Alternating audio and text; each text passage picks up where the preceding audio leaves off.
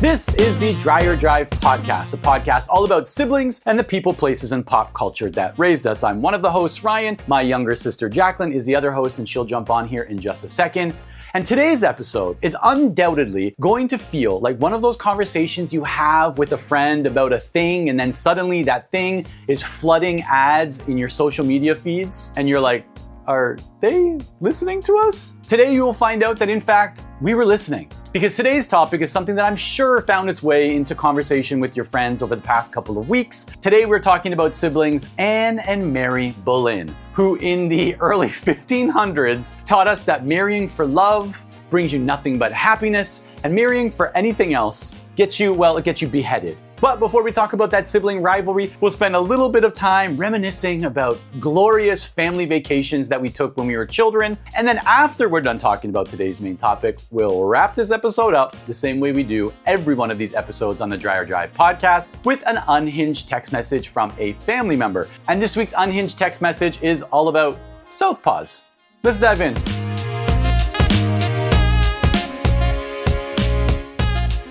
Seiko was at an event all weekend, so I tried to squeeze like a few hours after the event just for me, being like, I deserve this. I worked really hard. And so I stayed up. Me too. Yeah, so I stayed up to like 1:30 or 2 on both nights. And then of course, like that mean I still get up at 7 something, right? What did you do while you were having your me time though? There's this app that I use called HelloTalk. It's like a language exchange app. And I have a few friends on there, like Japanese friends that I go back and forth with. And they have a live feature. And I ended up just watching like random people give an account of their day. And like this one guy I watched. So the whole reason I got started, I saw it live. I've never watched a live on this before. So I clicked this guy and he's like sitting there, he's drinking some kind of alcohol, and he just came back from a date. And he was like, when I tuned in, it was right at the part where he said, yeah, maybe I shouldn't be using these matching apps anymore. And I was like, oh, tell me more. Like what's this? Where's this going to go? He was like, I went on this date, and he's like, she wasn't fat, but, and he kept on saying homely with Japanese pronunciation. He's like, homuri. Chotto homuri da kedo. And I'm like, homely? Like, that's it. I'm searching all online to see if anyone else uses it, but it's because he speaks English. He's like trying to use the English adaptation. Anyways, so he tells a story about how he goes on a date. He shows up. She doesn't look like her profile picture. She's a little bit heavier than he expected, but homely, not fat. And he had just eaten. He thought they were just going for a coffee. And she was like, oh, well, why don't we go to McDonald's? This guy's 30 years old. So he's like, okay. Sure, but I just ate. But I guess, yeah, McDonald's has coffee. We can go. And so he goes to McDonald's and he's getting ready to order a coffee. And so he orders his coffee and turns to her and she's like, I will get a double cheeseburger doubled. And he's like, excuse me, what? She's like, I'll get the double cheeseburger with double meat. And he's like, do you mean 4 patties? She's like, yes, that's what I'd like. And he's like, please tell me he immediately put a ring on that finger, because that girl is a keeper. He said, then he didn't want to eat in the restaurant. She suggested that they go eat in his car. So they went back to the car. They sat in the car. I'm in love with her. Is this my ideal woman? He drank his coffee while she ate a double cheeseburger in the passenger seat of his car and was like, all right, well, we should do this again sometime. And then just like jumped out, and that was it. And then that was him like starting with like, I think I need to maybe quit these dating apps because they're not bringing me my ideal match here. I'm into it. I always say the feeling of eating McDonald's in your car while listening to music is like unmatched. It's part of the human experience. We all deserve it. When you said you had some me time and that's what you did, when I have me time, I drive myself to McDonald's and eat in my car. That's my me time. You know what? I never think of going somewhere like by myself at night when it's me time. Like once I shut it down, I'm shutting it down. Like there's no going outside is not an option. I shouldn't say it. Sometimes I'll go out and just gaze at the moon. I'm not even joking. If I know it's really? Good, I'll just go out there and be like, yeah, all right, it's still there. Come back in, sit down. But yeah, I never think of going somewhere. Well, I've been spending a lot of time outside at night because last week we got a new puppy in our house. And so most of my time is now spent in the freezing cold. It's so cold here now. We've got a ton of snow, just standing on my porch going, please, Birdie, go pee. Just go pee. Please. And sometimes she does, and sometimes she doesn't. Sometimes she comes inside and does the pee on the carpet. And so this is much more comfortable. Things are going great. So yeah, I don't think we said anything about this on the podcast, but our dog, who was 10 years old, passed away in November. And literally the day after that happened, a woman that I'd spoken to before about possibly getting a puppy maybe in the spring. Because you were looking for a second, right? You were looking for I was looking for a second, and I told her we'd probably be ready in April or May, when my daughter, our oldest, is planning on moving out, and I was worried about our dog feeling lonely. So I was going to get her an emotional support animal. So I had let this woman know, like, we're going to be in the market April or May, just like keep us in the mix. And the day after Penny passed, she messaged me and said, we've got one available, that she'll be ready in February. The mom dog was having their babies within 10 days. And so we got to choose her. First of all, the woman sent me videos of every puppy exiting the dog's body. All right, which one? Sorry, they're all still in these sacks. I cannot even. I haven't seen anything. It was alarming. I did not know we were going to get that personal. First of all, this poor dog's privacy. But we watched them all be born, and then we had to choose. You say we? Dog. Hold on. Was the family around? I sent a few on to my daughter, but I did not make any of my boys watch it, including Justin, my husband, because he has a very weak stomach. So when they were 2 days old, we had to pick. They're like, okay, pick which one you want. Puppies at 2 days old all look like gerbils. Hamsters, yeah. Hamsters. So we kind of just crossed our fingers and closed our eyes and said that one. Well, she was finally ready to pick up last week, and she was in. This is the wildest story. I'm going to upload a video for this too, because I have video evidence of this. But we had to go get her from Wyoming. So it was about a 7-hour drive. And on the way there, we decided to drive through Colorado so we could do the Rockies. We drove through Vail. It's a beautiful drive. You tunnel underneath mountains, and it's super cool. So we took kind of the scenic route, but we got into Cheyenne really late at night. It was 10 o'clock, and we had booked a hotel online. There's maybe 3 hotels in Cheyenne. So this one might have cost $93 a night, which should have been my first tip off. That this is not going to be a great experience. But we're just super exhausted. We're in the car and we pull up, and first of all, it looks like nobody else is there. There's no cars at this hotel, and we're like, is it open? Yeah, is this? And I'm like, oh no, there's definitely someone at the desk. So I went in to go check us in while the rest of the family got the bags. And the woman at the front was really interesting. She was like, yeah, I'm going to be here for 20 minutes, maybe 30 minutes, but then Maria's going to clock in if you need anything. So don't expect me to be here. I'm like, okay, I don't talk to people at hotels after I check in. So Thank you. I think we're good. It's 10 o'clock at night. And it had a smell to it, the entire hotel, but each area had a different smell. It wasn't a consistent smell all the way through. There's scent museums. Have you heard of these? It's a scent museum. They're I'm sure you can figure out where I'm going with this, but it's a scent museum. So you're going through different seasons. The lobby kind of smells like a plasticky, but then we get to the elevator and that smells like Dorito bags, and I'm like, okay, this is really interesting. And floors smelled like someone had thrown up Dorito bags. Well, so the elevator. Actually, they had tape over every floor but 1 and 2 on the buttons because the other floors were closed. Again, it's just getting worse and worse. And me being who I am, I'm my kids are this is not a good hotel. It smells so weird. And I'm like, shh, she's gonna hear us. She's gonna hear us, and she's gonna be so upset about it. So we get in the elevator, we go up to the second floor because that's the only floor open, and then that hallway smells like burning rubber, and then we finally get to our room. It's the last room in the hall, and it smells like if you go when you were younger and you'd go to your grandma's house and she'd have a room no one really was allowed to go in, and maybe she kept figurines in it and something like that. Clowns. It was always clowns. Yeah, clowns, dolls. Sometimes, we go in the room and that's exactly what it smells like. It smells like no one has entered this room in 30 years. Everything is so stale. And I'm like, there's no other options. There's 2 other hotels in this, and it's 10 o'clock at night. I'm like, guys, we're just going to we're going to batten down the hatches. We're going to get through this. It's 10 degrees Fahrenheit there. And we opened up the windows to let air in. Because snow is coming in. It was so dusty, musty. And Aaron's like, I want to go to the pool. I'm like, actually, we're not going to the pool at any point in time. They also had breakfast. We did not eat the breakfast. But we were getting ready for bed. I had sent Andrew, my middle kid, to the shower. And as we're sitting, it's in the same room, right? This definitely sounds. Yeah, we're all in the same room. Oh yeah, send to a truck stop. Honestly, it might have been an improvement. So we're just sitting there watching TV, and Justin looks over next to the bed and he goes, "Are those toenails?" And And Ryan, I am not joking. Well, first of all, I was like, I don't want to look. It was one of those things where I was like, no, I can't look, because if I look, then it'll be real. There are. There's someone. Show me your toes. Actually, don't show me your toes. There are. So Addie rolls over and she's like, Mom, those are toenails. I'm like, no, please. And I was just whispering.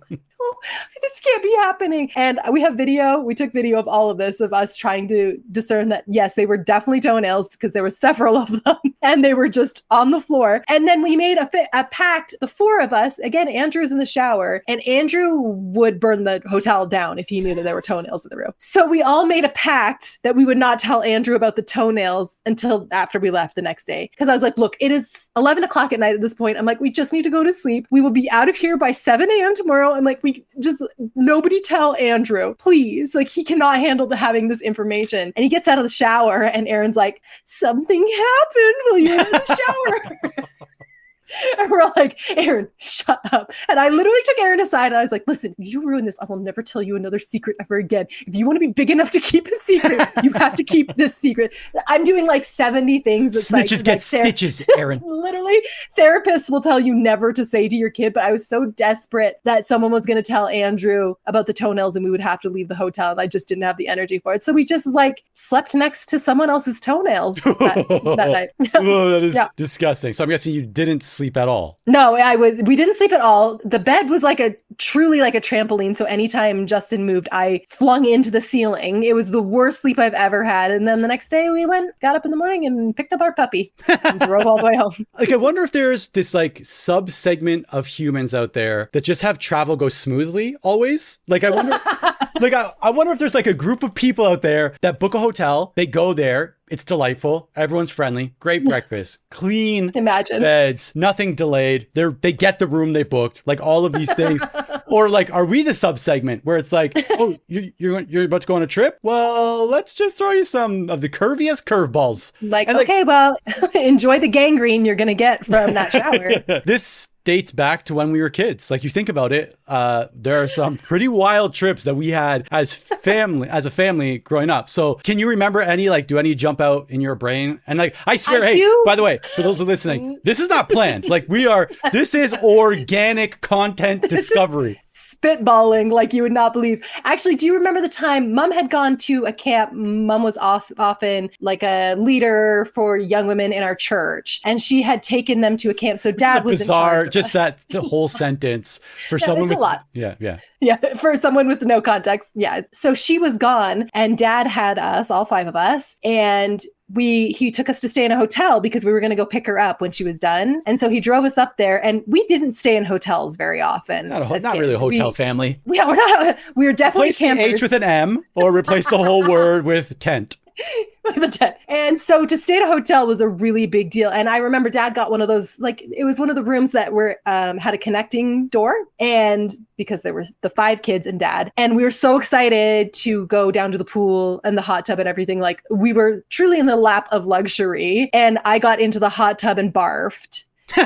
And literally like 10 seconds into the hot tub barf. And then Daniel, who is terrified of throwing up, like it's his number one fear in all of life, refused to sleep near me. So I slept in one room by myself, and everybody else slept in the connecting room. I don't remember that at all. I don't remember that part of it. I remember other parts. Like, I remember going to was there a pond in front of the hotel with giant bullfrogs that me and Dan went out and just grabbed by the legs and threw into the water. But yeah, I vaguely remember parts. I do not remember you puking in a hot tub. But do you remember, there's like one of Mom's favorite stories to tell at like a dinner table is when we went on a road trip, as we did not often, but a few times during our childhood, to visit Dad's family in Newfoundland. So it's like a 3, 4, 5 day journey with 5 kids. Yeah, like, I remember it often being 5 days.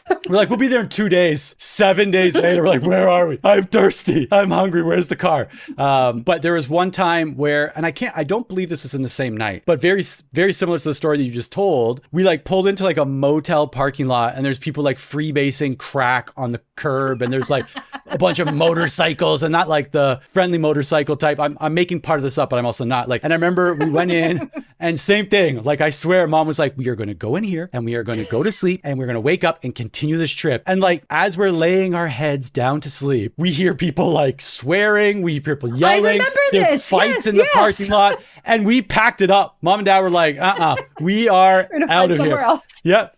Everyone back in the station wagon. This journey is continuing right now. And we kept it radioed the rest of our family on the CB radio. The CBs with their code names. Flint, 10-4. And then I think this was the same trip where another time we had rolled into a town without hotel reservations, believing we could just 1940s style waltz into the lobby and go, "We'll take a room, please." Like just never. That stopped in the 70s. Like you just haven't been able to do that since the 1970s. This was like 1994. And so we roll up. No hotel rooms in the town of like Sydney, Nova Scotia, or wherever we were. And we ended up finding one hotel and roll up, and we're like, "Hi, we've got this we have this entire family." Because it wasn't just us, right? It was us plus Annie, Gail, Kelly, and Matt. So there's 10 of us. Yep.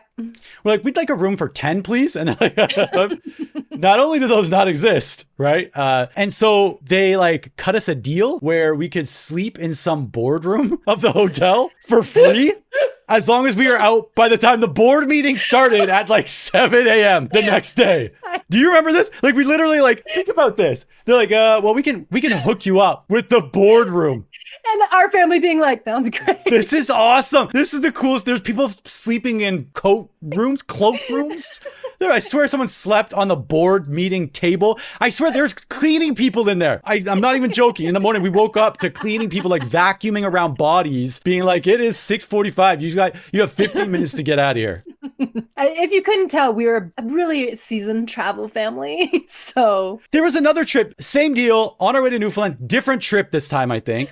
And we had this luggage. It was, if you're watching the video of this podcast, there's like a yellow to purple gradient around us. The luggage was like this color right here, this bright orange in the middle. Bright orange. And it was like it's like a step up from vinyl. Like a naga hide? Would it be called a naga hide? I don't know what you just said. I've never had that drink. I've never taken a shot of naga hide. Naga hide? I'm pretty sure that's what it was. It was like fake leather, right? And very fake. We have 5 kids and a station wagon, max capacity. There's no place for the luggage. So what do you do as a family taking a road trip across the country with bright orange luggage and 5 kids? You don't fly. You don't take 2 vehicles. You put that on the roof, right? And so Dad had these like bungee cords holding down these like 9-piece of luxury orange luggage on the roof. And as we're pulling through this like canyon, there's these giant signs warning the truck drivers about the wind, because the wind is terribly strong through this canyon. And Mom and Dad kind of look at each other like, we're good, right? Yeah, of course we're good. Should we take that? No, we're good. Let's just make it happen. And a couple minutes into that canyon, the wind gust came, blew all of the luggage off that roof rack. That orange luggage, it's toppling. And I swear, I'm fairly certain that it was the station wagon where like 2 seats were facing the other way. And me and Dad were just watching the luggage topple off the roof rack, breaking open, underwear, socks flying all over because it is windy. Have we established this? It is windy. Underwear and socks blowing all over the canyon. We pulled over to the side of the road and we are like rushing on like the Trans-Canada Highway to pick up orange luggage and our socks and underwear. And we used that orange luggage for like 2 decades afterwards too, and like all shaved on the corners from falling off the roof rack. Like a reminder that back then you didn't have like wheeled luggage. Like you carried it like a suitcase. Yeah. You carried it like a briefcase everywhere you went, like a little like the medical device in Pursuit of Happiness. Okay, perfect. So you were carrying that around, and I remember we probably were still using it even when I took like our first solo trips to Alberta or what? Alberta or whatever. I'm pretty sure the orange luggage was still in circulation at that point in time. I would have smell it. I can smell it. It had like a like a horse saddle buckle across it, like that, you know, the one that goes under the horse, and I don't know what it's called. I'm sure there's a real word for that. That buckle, it's huge. It's like 20 centimeters across. That's what our luggage had around the top of it. And I swear I would have used that luggage when I was like 21 moving to Japan if Auntie Gail hadn't gifted me 2 suitcases for my birthday just before leaving for my first time coming to Japan. Annie Gail, because she saw it, she's like, oh, no, we are going to hook you up with some new luggage. Yeah, that luggage lived down in the storage room next to our circular dried food container. It also sometimes had food in it. Sometimes, if we were lucky. I love that if you listen to the last episode where we talked about our trip to Canada and back home, all of this tracks. Like all of this is like, again, this leaves me wondering, like, is there a group of people out there that just like swipe their credit card, the room's ready, there's a mint on the pillow? Like, does that happen? No, I don't even think it's that. I don't even think it's the circumstances. I think it's the way we deal with the circumstances. Because I think there's people out there that like they find a toenail on their floor in their bed in their hotel, and they I believe, or B, would call housekeeping and be like, hey, can you come up here, or ask to change rooms. I'm like, we cannot do anything about this, guys. This is what we have to deal with. This is our lot in life. God gives his hardest battles to his strongest soldiers. This is what we like. And then we just deal with it. We took video of the entire thing. I will post it on the Substack. It's gonna be great. What were you taking video of? The toenails? Well, as soon as Justin said, "Are those toenails?" Addison turned on her camera and then videoed us getting real close, because I was like, "It's probably like, what are the odds that it's actually toenails?" I'm like, maybe it's just like some yarn, and you know, we get close and it's like, "Oh no, those are definitely toenails." And then I started gagging quite a bit because I was so grossed out. And yeah, whatever. You guys will see. The Crispies will get the video. What's the name of? Yeah, the exclusive. What's the name of the movie where the family, the dad and the daughter have a little bit of like a rift, and the daughter's like, she was going to go to art school on the other side of the country. It's an animation. It's like a family Mitchell's movie. and the Machines. Mitchell's and the Machines. Mitchell's and the Machines. Versus Machine. Yeah. That's what it's like. Every road trip is like that. Like, replace the machines with like some crack addicted motorcycle riders, motels, boardrooms, tears in the airport, different flights for different people, lost Nintendo Switches. One of these problems is not like the other. Yeah, because it's much, much worse. Yeah, but you were rewarded with toenails, so hey.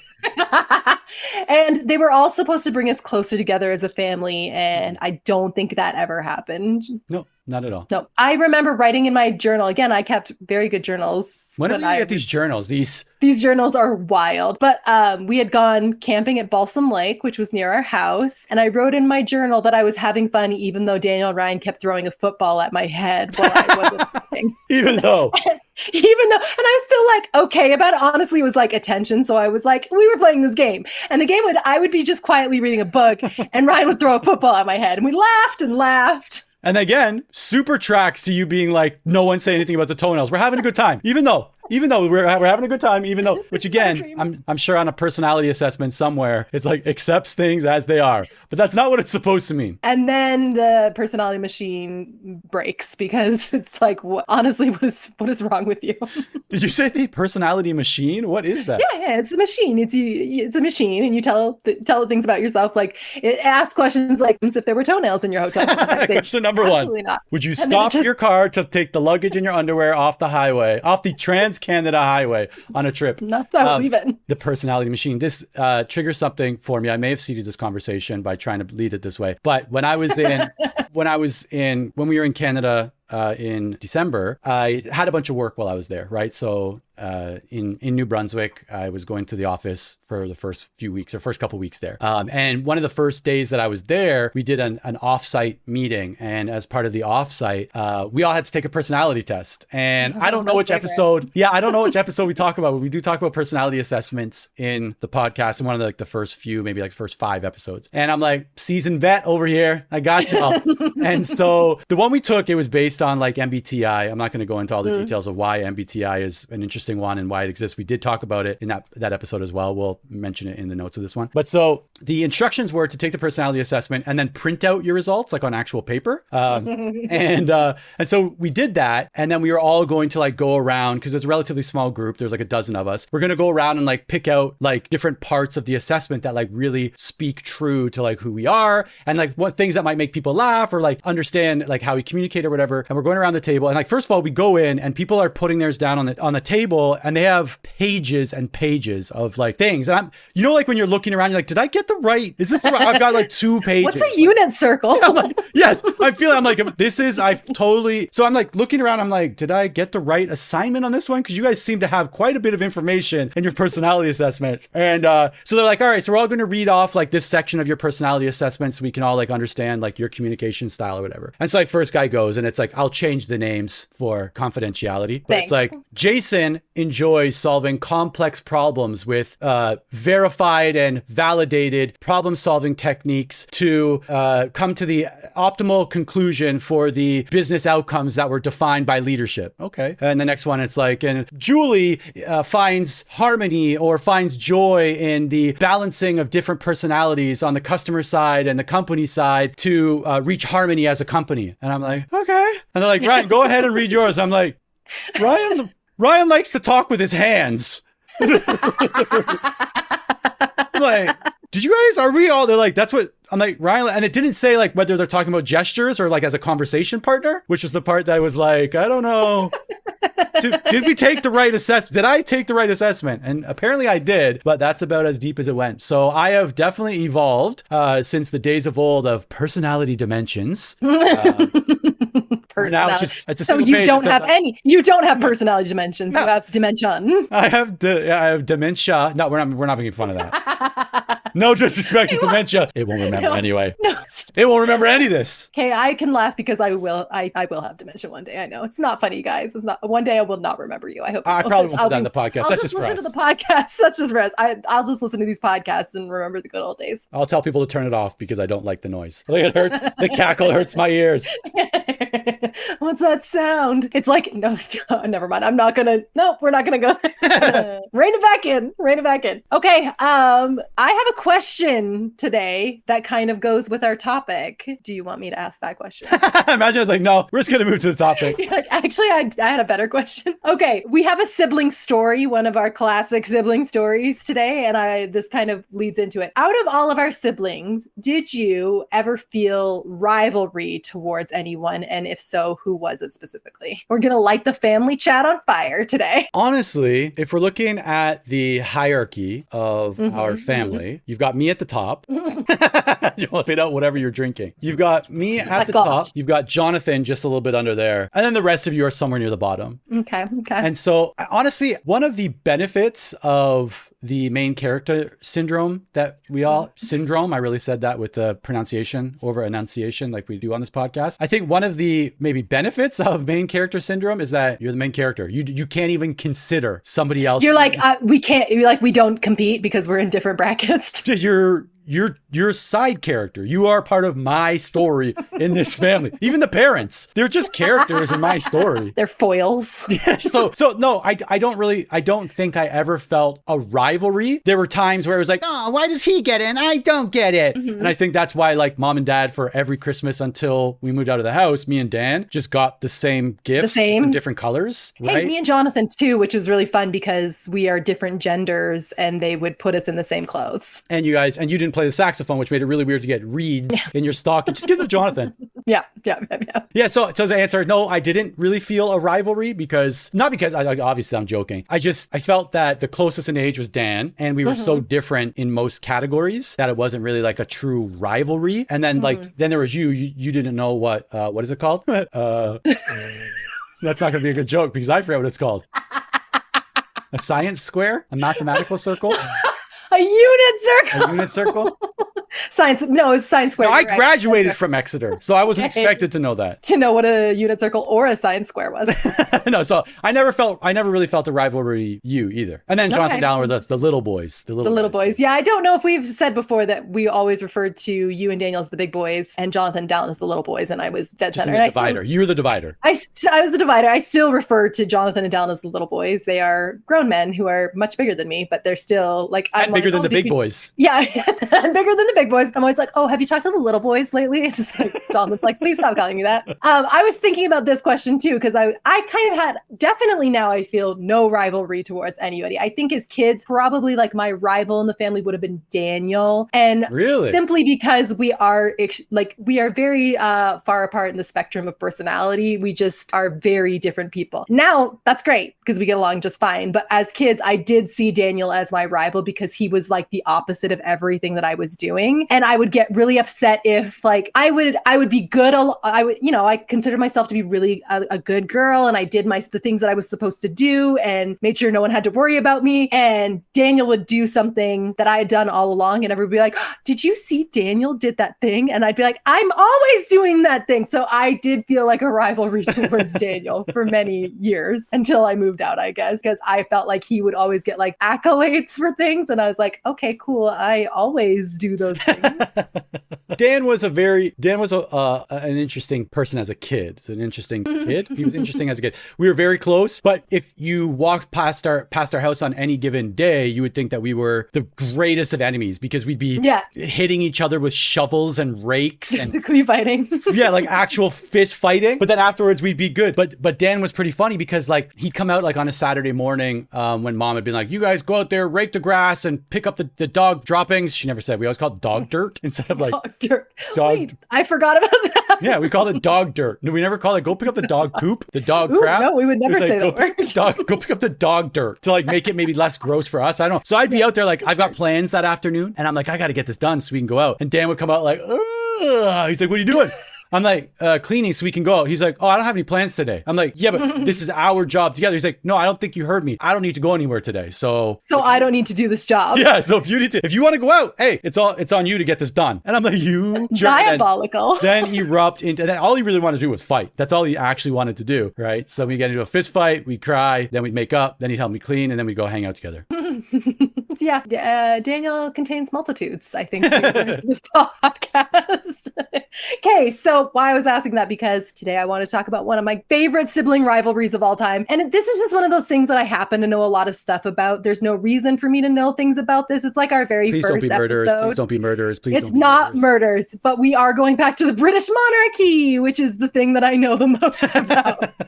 So tell me if you know anything about the names that I'm going to say. Mary. Can I tell you right now? No. Yeah. The answer is well, no. Maybe you do. Maybe. Okay. What if you do? Have you ever heard of Mary and Anne Boleyn? Do those names ring a bell? Is Anne Boleyn is that the first and the last name, or are you saying Mary and Anne Boleyn? Is this not a makeup brand? No. Nope. That's Maybelline. Mary. It's Mary Boleyn. Mary.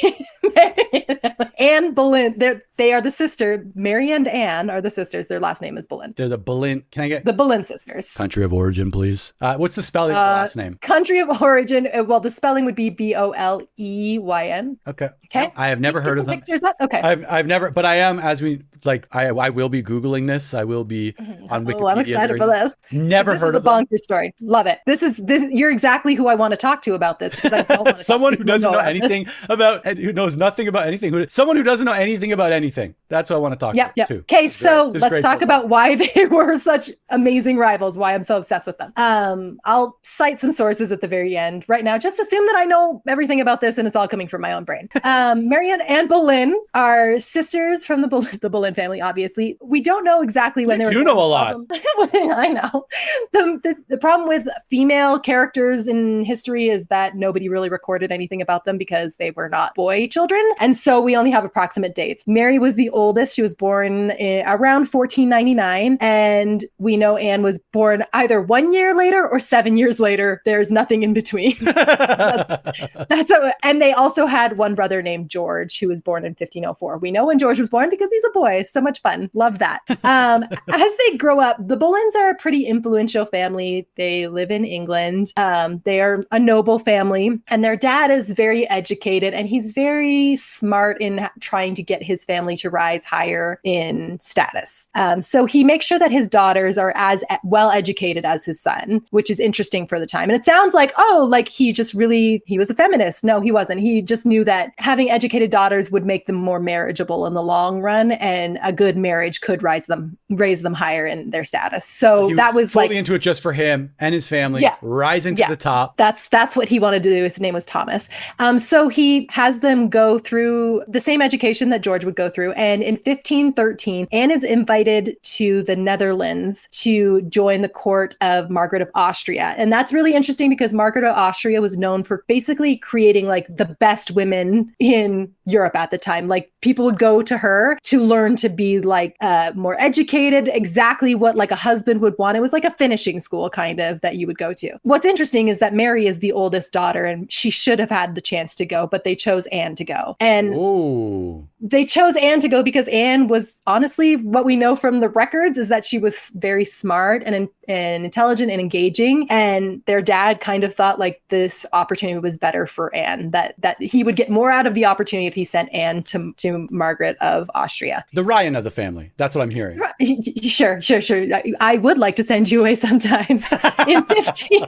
So she goes to live in the Netherlands. And in 1514, Mary is invited to, again, through her father's scheming, he's always scheming of where he's going to put his daughters, to be a maid of honor for King Henry VIII's sister. She's going to go marry the King of France. He is extremely old, but he is getting married to, and it's supposed to create an alliance between England and France. And Mary is invited. She's a teenager at this time. She's invited to go along and live in the court in France for a little while during the wedding proceedings and everything. When she goes to the French court, King Louis, I think it's the 12th, I'll check it. King Louis, who was the king at the time, dies almost immediately right after the marriage. So they're kind of stuck in France for a little bit. And Mary then is around when they crown his nephew, who is Francis I, as the new king. And Francis I is very young and super fun. And he's known as a great womanizer. And he starts paying attention to Mary, and Mary becomes his mistress for up to 5 years. She's the mistress of King Francis. And in the historical record, she's quoted as being like the most famous whore in all of France. That's what they call her. Man. So like, think of this. So Mary's in France doing this. Anne's at her like super special finishing school, basically learning how to be like the perfect lady. And you can kind of get a sense of like how their personalities are too. Mary's a good time girl. Like she is down for anything. And Anne is kind of more uptight and more like she's really into conversation, and she's kind of schemy too, as she learns through Margaret of Austria like how to get what you want as a woman in a patriarchal society like 1500s Europe. So that's what she's learning at the same time as Mary's just like partying it up in France. I love this contrast that you have just painted. And yep. Mary sounds like a real fun time. My kind of gal. So she's at the Dolly Parton bar. I wish. Charcuterie boards. Charcuterie, just tasting things she likes. After Anne is done in the Netherlands, she actually goes to France as well, just in time to have Mary leave and go back to England. Mary's basically summoned back home to England. They're like, I think their dad was ready to get Mary married off and start to see kind of the fruits of his labor. So as soon as she gets home to England, she begins working for the Queen of England, Catherine. So she's working as one of her maids of honor, and she's at court and she marries a man named William Carey. King Henry VIII attends the wedding, which is where he notices Mary and realizes Mary is the same Mary he's been hearing about from his good friend Francis I. Let me tell you, this girl, she is a good time. The thing about Henry and Francis is they are also rivals, and Henry always wants what Francis has. He's younger, he's more fun, he's in France, and so Henry really wants his court to be like that. So as soon as he realizes who Mary is, he starts pursuing her, and almost immediately after her actual marriage, she becomes King Henry VIII's mistress officially. And back then, back then there was an official mistress often, especially if a marriage, which his current marriage was no longer like a super loving marriage. He would ask people to be their official mistress, and that was your title at court as long as you had it. I want to know what that process looks like. Like, do you submit documents declaring that your marriage is not fun anymore? You're like, this isn't what I signed up for. This isn't for me. Dead marriage, but we're still together. And I'm looking for some official mistresses now. Honestly, pretty much. Queen Catherine was always really good at turning kind of a blind eye towards the mistresses and that kind of, because that was her job. She was raised to be a queen. She knew that was part of the gig. And so she knew that Mary was the official mistress, and it was like, that's just part of the way it goes. Anne comes back to court in England in 1522. By then, Mary has had 2 children, and they're rumored to be King Henry VIII's mistresses. But King Henry VIII really liked to specifically use mistresses that were already married, so that if they got pregnant, it was easy for him to say, "Oh, I had nothing to do with that." Like, clearly. So when Anne comes back to court, she's very popular. Again, she's spent time in the Netherlands and in the French court, and she's learned a thing or two. Like, she is the it girl of the moment. She is the moment. She even wears like different styles of clothes that they're like, "Oh, Anne, where'd you get that amazing hood?" And she's like, "It's French." That bonnet, girl. Let me tell you. And so she's really popular, and Mary is starting to see things cool down with the king by now, especially as she's been pregnant quite a bit. It's like she's not as fun as she used to be, according to Henry. And so things start to kind of cool off. But she's had all of these things. She's gotten jewels. Her family's gotten land. As official mistress, she's gotten a ton of power, and she doesn't want to see that power go away so quickly. So as Anne comes back to court, Mary thinks, okay, keep it in the family. Why don't you just go ahead and you start catching the king's eye? Because then we don't have to lose our titles and our lands. The Boleyns still stay number one. So she kind of puts a bug in Anne's ear. She puts a bug in Henry's ear as well. And Anne first is presented to court during a pageant where she's dressed up, and King Henry takes shine to her almost immediately. And also the fact that she's the most popular person at court. Like, he wants the best of everything. Anne was the most popular. Anne was the most popular, yeah, by far. During this time, Anne meets a guy. His name is Henry Percy. They even get secretly engaged. She's in love with Henry Percy, but no one agrees with it. His father will not approve the marriage, so it's dissolved. And they send her away very quickly to not be at court anymore. And by the time she comes back to court, Henry Percy's married to someone else. Like, that's how quick it was. I kind of believe also King Henry VIII had something to do with that, because he had already seen Anne and known that he was interested in her, and to just send her away and get Percy married off as quickly as possible kind of moved things out of the way. That's your personal theory. That's my personal theory. That's I know a thing or two about this very obscure topic.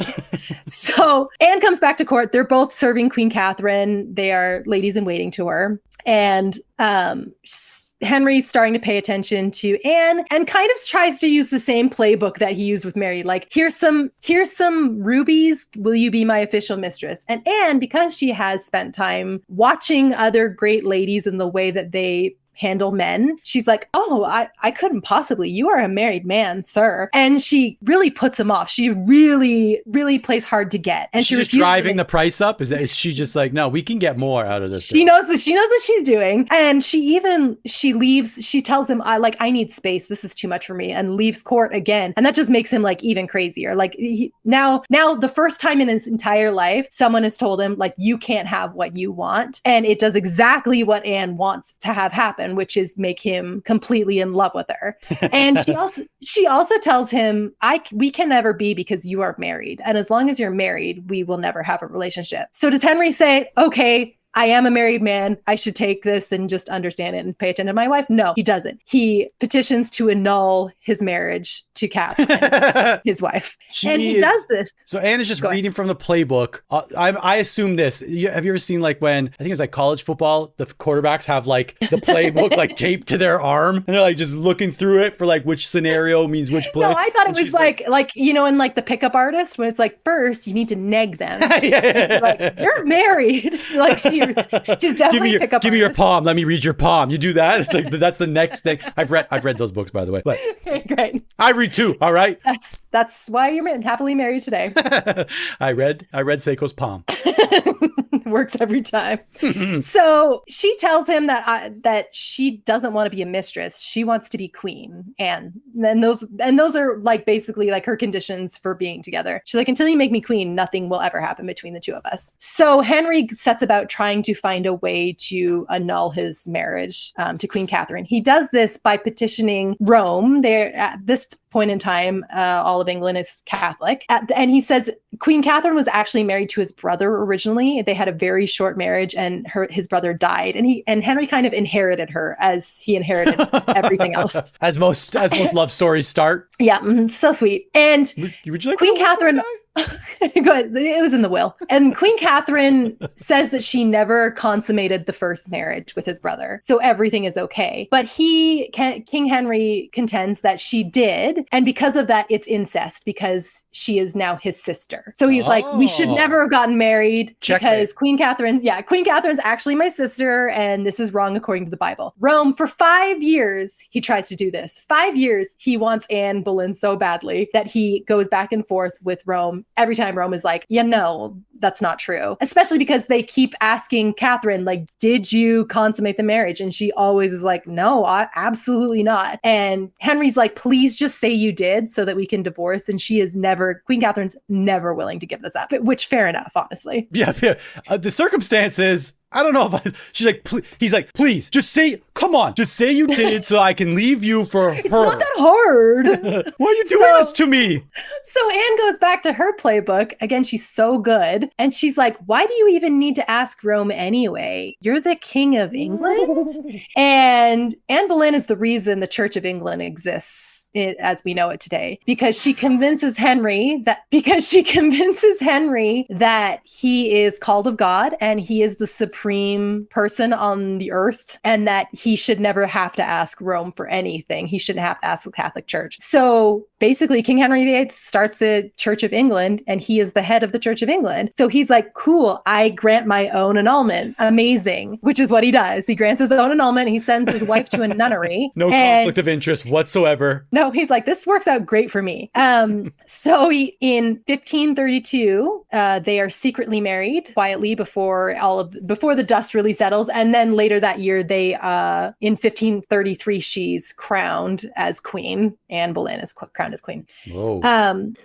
She also gets pregnant almost immediately afterwards, which is great because part of her selling point is King Henry VIII only wants a son. That's all he ever wants because he's a king of England and that's all they ever want. And she promises, she's like, the reason you don't have a son is because you're married to the wrong person. And I will give you a son. I know I will. And so that also, I know about my body. This is a making factory. Will almost immediately have a son. So don't you worry about it. And so they get married. They have this huge coronation. The public does not like Anne Boleyn. They love Queen Catherine. She is not well received, but she's pregnant. Any reason in particular? Is it because she is a mistress? Think that she's kind of like that. She's honestly, Mary has a reputation, right? Her sister was already there as a mistress, as a reputation. Anne comes in, they're like, oh great, another Boleyn whore, and that happens a lot through the record of the Boleyn sisters being called whores. And so I was about to draw the parallel to like going into a class in high school where the teacher knows Dan.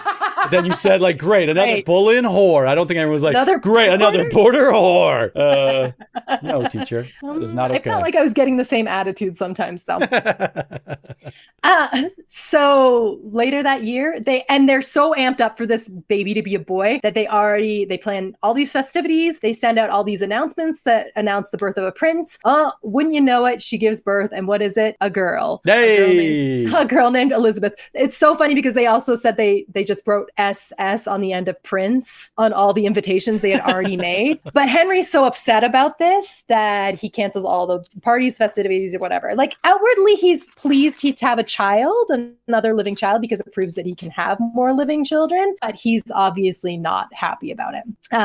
Throughout their marriage, she has 3 more pregnancies, all resulting in either miscarriage or stillbirth. Oh. The last stillbirth is said to have been a boy. It was late term, and they knew it was late enough that they knew it was a boy when she had the baby, and it was stillborn. Mary, for her part right now, goes away for a little while, and her husband dies during about a sweating sickness. It was an illness like a plague. You'd get really sweaty, and then you die within like 3 hours. And her husband. Great. Hold on. Let me write that down to my list of worries.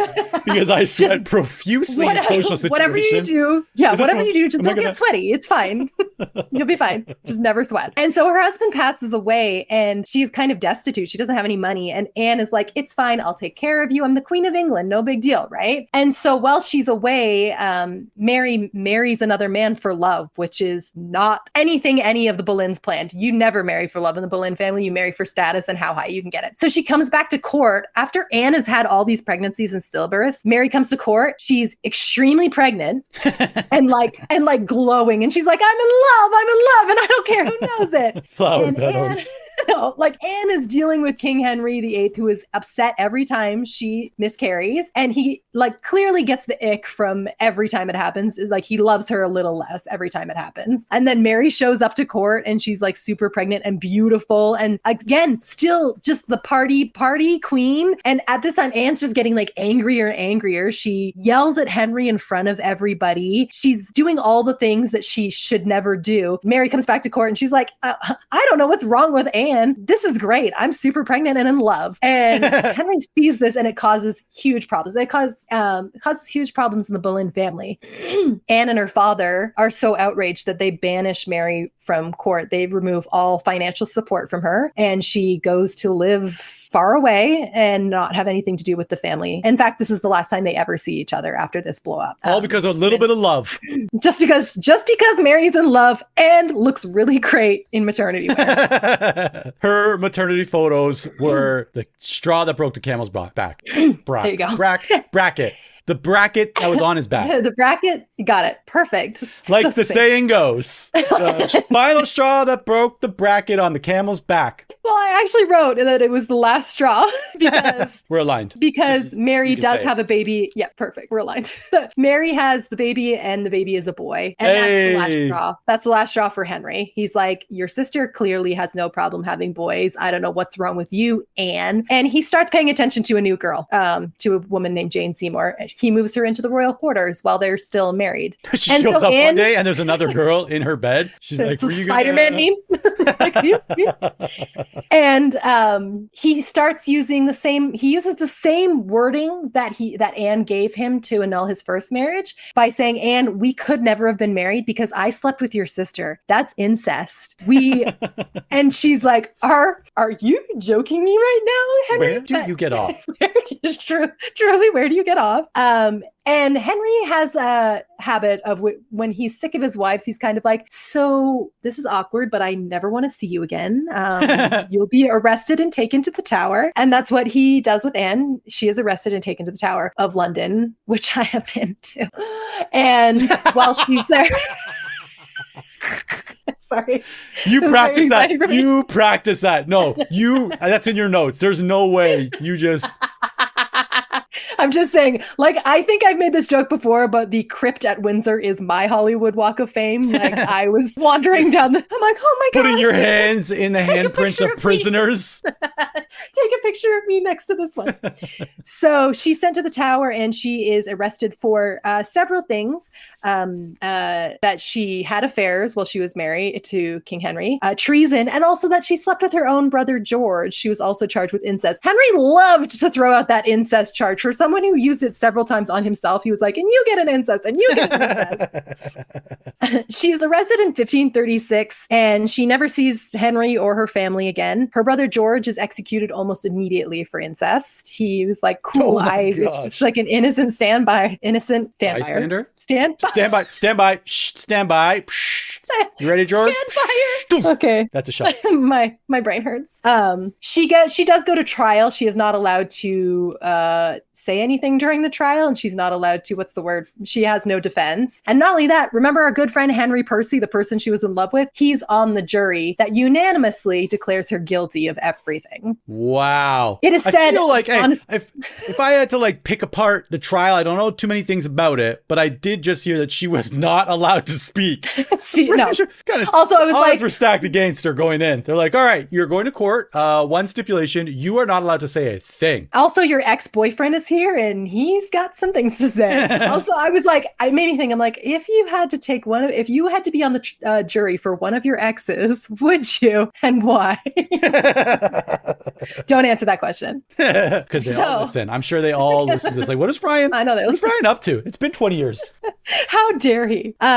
So she is executed 4 days later on the Tower, right after her brother. One thing that's really interesting, she was originally sentenced to be burned alive, and Henry commutes the sentence to beheading and also hires a really good executionist from France to come do the actual execution. So she was executed by a sword. Usually they would use an axe, but he used his sword, and she was executed in the French French way, and French people didn't put their head down on the board to be executed. They sat up straight on their knees, and he was able to get it off. She was quoted as saying in the Tower in her last days that she had heard he was a very good executioner, and she was like excited about the prospect of like a good executioner. And she said, I just have a little neck, so it should just take like one swipe. Like that's how resigned she was to being executed. Of course, at this time, Mary is nowhere near court. I think if she had been at court at the time, she would have suffered a similar fate to George and Anne, because it seemed like King Henry was just trying to get rid of all the Boleyns at that point in time. They had risen so high in his court that the only way to get rid of them was to just execute all of them. Like, what else? You can't just unfriend them. He can't just click that little unfriend button. He's with them for life. She had flags hanging everywhere. What are you going to do?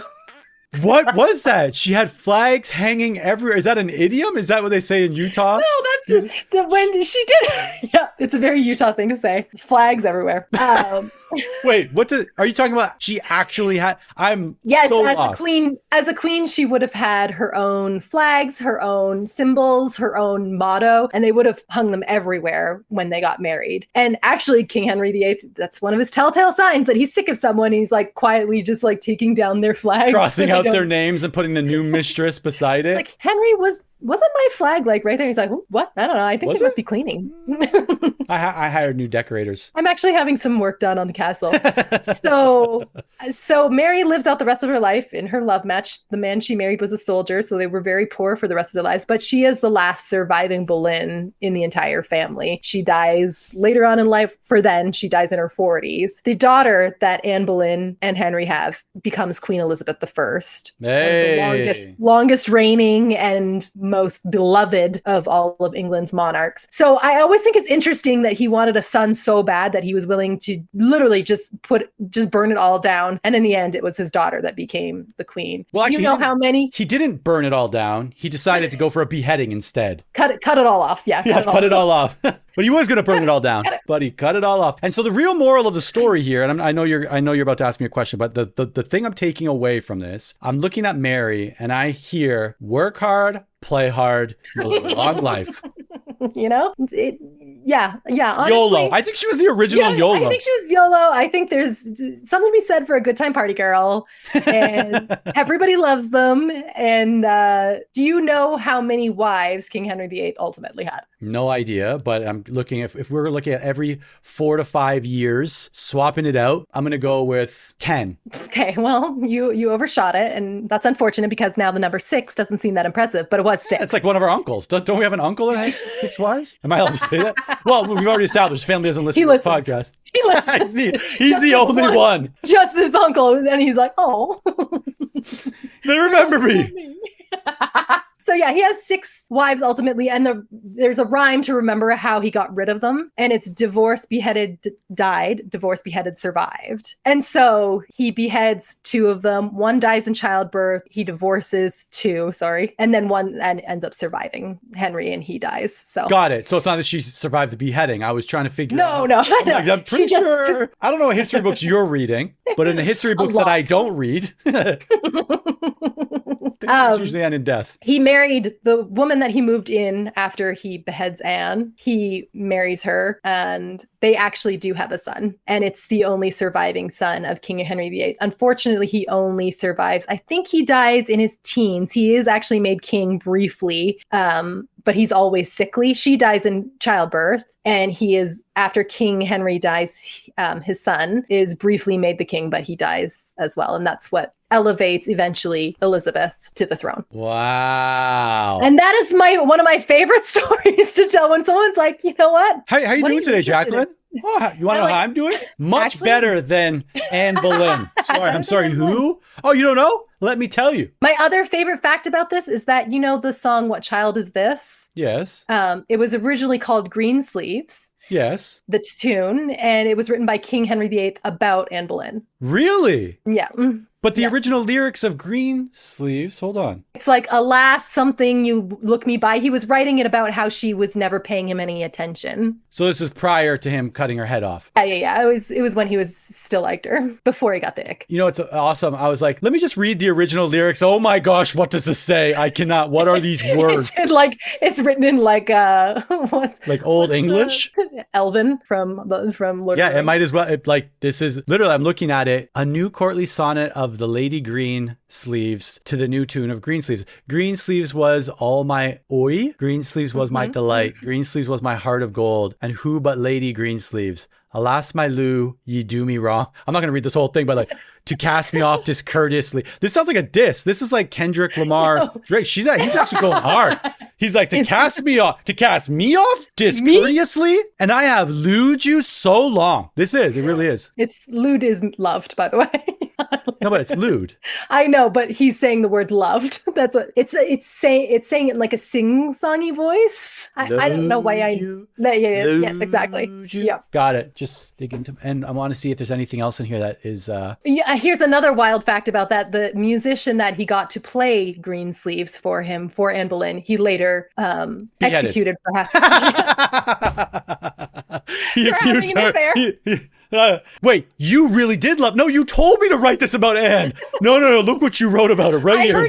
I heard you singing it to her just the other day off of the set. Ghostwriter. Just kidding. That's one way to get rid of the ghostwriter. What ghostwriter? He is now actually a ghost. He's just a ghost.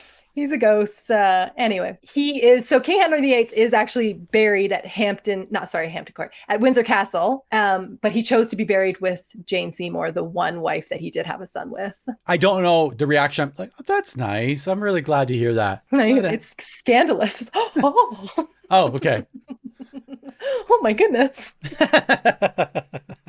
Yeah, I wonder, obviously we will never know. And I think that's like the not the most interesting, but we'll never know. But like, how did news actually travel? Like, how did people actually get the truth? Because like you said, the history books skew to one gender.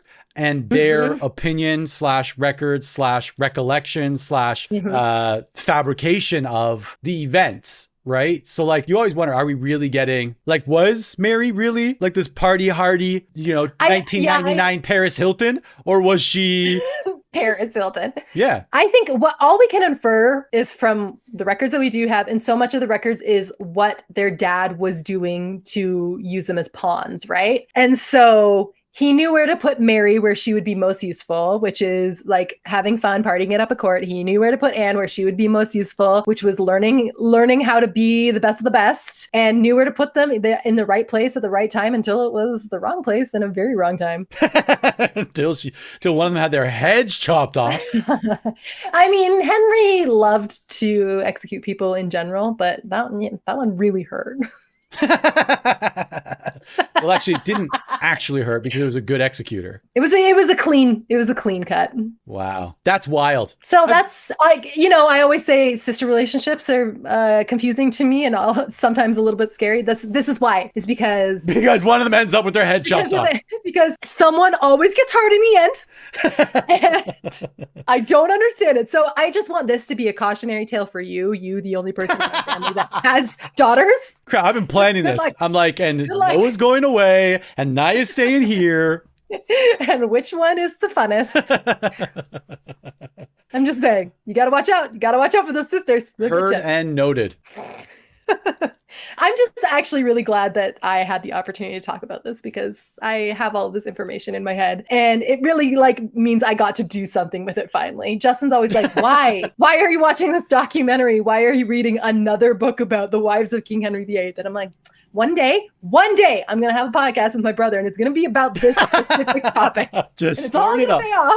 It's all pay off. Yeah. And the best part is, as you know, of course, because you do this with me, the podcast, but I don't know these topics coming in. So I have nowhere to run. I can't be like, what's that? I think, wait, Noah just called me. She needs to get picked up for school right now. Like the absolute definition of a captive audience. And I'm like, finally, someone would listen to me about the We have it in the calendar. Seiko's well aware that if she needs to go pick up Noah from school, she'll have to do that. I have nowhere to run. I'm like, oh, really? That's really crazy. Yes. Finally. I will say the reason I got into this in the first place is I started years ago, probably 10 years ago, I watched The Tudors, which is a mini series on, I think it was HBO or Stars. I can't even remember. For those of you who don't know, that's spelled Tutors. She's not talking Try again. Tutors. Try again. Really? Try again. Tudors. They're not teaching people math. They are tutors. Tudor. And for those of you who are unaware, like I was 30 seconds ago, that's Tudors. Thank you. Good. Not Tooters, a family that just went out for a great Mexican meal. Okay, got it. The Tudors, which, yeah, it's a miniseries. I was so obsessed with it. I've probably watched The Tudors, the miniseries, 7 or 8 times. It's one of my favorite things of all time. But it then made me go to the library. Like, what year is this? 1994. I'm like, I need to learn more about this. Pulling out index cards. I'm sorry, do you have a book about the Tudors? Like, yes, we have several. I'm making fun, like, oh, I've got nowhere to run, blah, blah, blah. But you actually do have somewhere to run? No, not at all. Actually, no, I'm still good for like another 20 minutes. So we can go the extended cut if you want. But the amount of times that I take like stuff that you tell me in these podcast episodes, and like that same day, in like a work meeting, I'll be like, just like the brothers who robbed McDonald's. They're like, what? What are you talking about? I'm like, you guys don't know about the 2 brothers through the Monopoly games? Let me tell you about this. Like, Ryan, how do you know all of this? Because we're recording every week. Every week I learn something new. I'm like, did you guys know how much this reminds me of the blah, blah, blah, the Plantagenets? And they're like, the sewer, the so what's? I'm like, you guys don't know about the Plantagenets? Do you guys not read? They're like, it's really weird how all of your metaphors have to do with siblings and history. It's just kind of strange. Just the way that my brain works. And they're like, why are you talking with your hands? I'm like, I'm sorry. It's what I do. That's the second part of your dimensions. Like, also knows facts about little facts, not big facts, but enough facts ones about history. Very questionable ones that are easily questioned. But did he? I don't know. The other thing about this type of thing is that I'll watch like one documentary and they will definitively say one thing, and then I'll watch the next one and they're like, so that never happened, and people just assume that. And you know what? For something like this, I'm just like picking the things that I like the most. Like that's how I read history. I'm like, I like that fact. I don't want to talk about that fact, and that's how we're going off of this. So I'm a little bit similar. I'll read the first thing and I won't consider anything else. I'd be like, I'm sorry. So all you need to do to convince me, be the first one there. And I'm like, yep.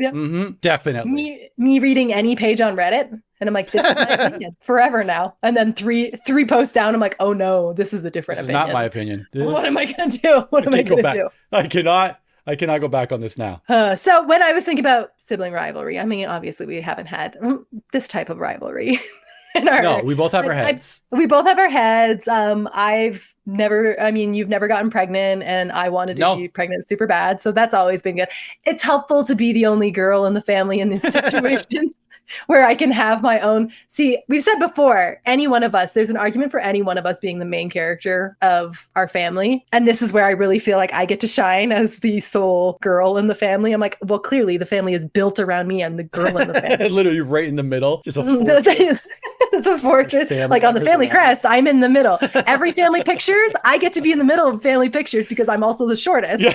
Jacqueline, you want to move to the middle? You're like, yes. I was just talking to one of my friends about I'd seen a video on Instagram about mall fashion shows. Do you remember like that was a thing that happened? Mall fashion shows. And I'd sent it to my friend and she was like, oh, I always wanted to be in a mall fashion show. I'm like, actually, I was in several mall fashion shows as a child. And sometimes I tell people that I was a child model. And when we were getting our last round of family portraits done, our family, the Porters, the photographer had never met us before. We hired one when we were all in New Brunswick together. And so I had just kind of hired a girl off the internet that I found off Craigslist, basically. New Brunswick photographer. And part of the story is that Dallin, our youngest brother, was an actual signed model at one point in time, not at a mall, like an actual model. And when we were taking pictures, the photographer was like, you guys are really good at this. Like, you guys are like models. And I said to her, I was like, actually, 2 of us were working. 2 of us were working models at one point, and I said, guess which one? Guess which ones? And I, to this day, feel very bad for putting her on the spot, but she got them right. So not for nothing, still got it. I'm guessing you said it to her. Like that's a high risk fabrication, stretch of truth, because we're all there and you're saying it to her probably just quiet enough that none of us can hear. Breath. Yeah. Two of us actually models. We're working models. You could probably guess which ones. I think it's clear. Well, I think I've already mentioned this in the podcast, but only one of us went viral in India from that day. And from that reel. Yeah. From you going, like a Sesame Street character who can't talk. She guessed it right by saying, oh, I know, it's the tall one and the girl. She didn't ever learn our names. It was the tall one and the girl. So, which I assume that was me. I am the girl. I am the girl, like trademark. I am the girl. No, don't let Noah hear that because she will assume it's her. There's no other option. And the tall one, I feel like, is a pretty safe bet. We know. Yeah. She's not talking about Dan. One of the tall brothers and the girl. Yeah. And Dallin also has very chiseled features. So I think that was, it gave it away. He and I do not have the same chiseled features. Unless we're talking strictly about the nose. Just the nose. Chiseled. Yeah. little bit of the chin. When I did the mall fashion show, I was in head to toe denim and I had my hair crimped. And I used to have, when I was a little kid, when I was like, it must have been when I was like 5 or 6, because when I was in kindergarten, I had hair down to my waist and they took me backstage and crimped it. It took forever. And I got to wear like a denim skirt with a denim jacket that was bedazzled and I had little gloves.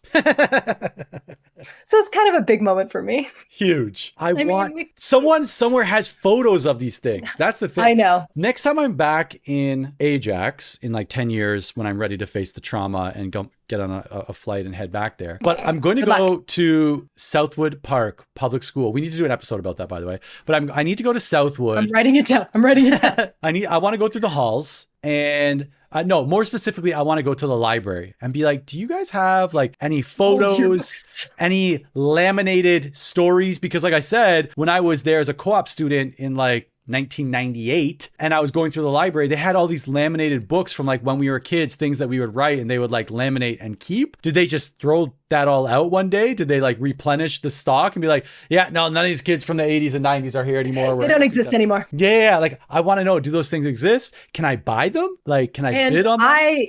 I would like to go to the library at Southwood Park and ask them, like, do you still have just like a real ratty copy of the Goosebumps series? Because I would like to take those home with me.